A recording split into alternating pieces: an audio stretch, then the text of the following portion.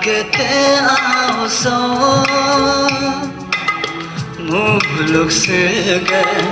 Lamta bieni godode Kedagete auso Muluk suga Lamta bieni godode Ho he huto lamta nge Ho he kan lamta nge Ho he huto lamta nge Ho he kan lamta nge Gedagete auso Muluk suga Lamta bieni godode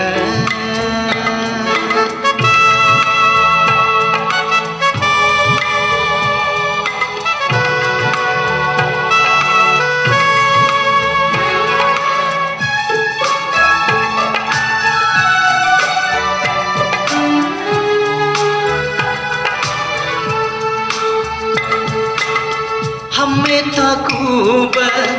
Tugin sudum Tugin seko Hame takuba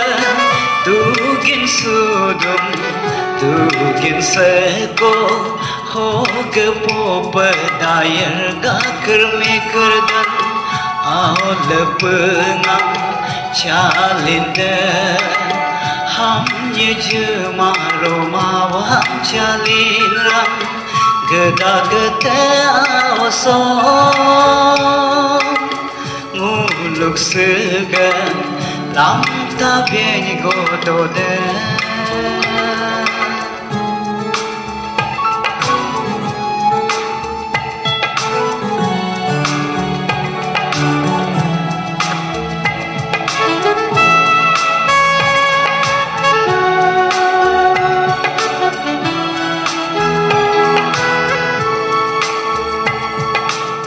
Au nyokam kapada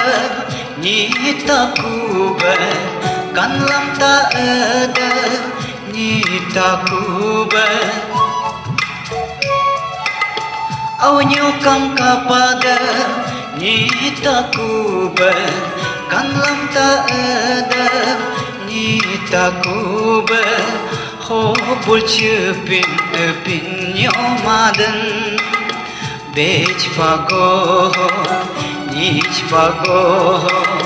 danu ye nu lai hasi tum yaad ku gedagete auso Muluk suga lamta bieni godode